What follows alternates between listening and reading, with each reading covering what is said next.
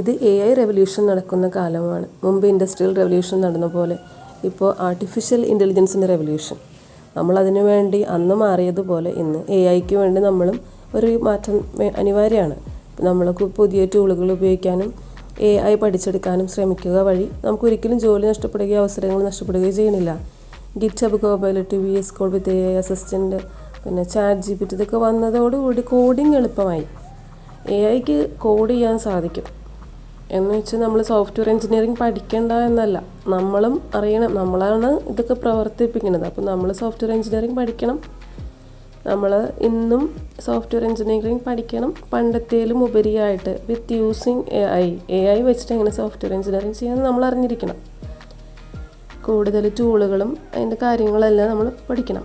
AI അറിയുന്നവർ AI അറിയാത്തവർ replace ചെയ്യും. AI അറിയുന്നവർ AI അറിയാത്തവർ റീപ്ലേസ് ചെയ്യും. അതൊന്ന് ജാഗ്രതരായിട്ടിരിക്കണം. അതുകൊണ്ട് പഠിക്കുക, ക്യൂരിയസ് ആയിട്ടിരിക്കുക. ഗോൾഡൻ ടിക്കറ്റ് നമ്മുടെ കയ്യിൽ.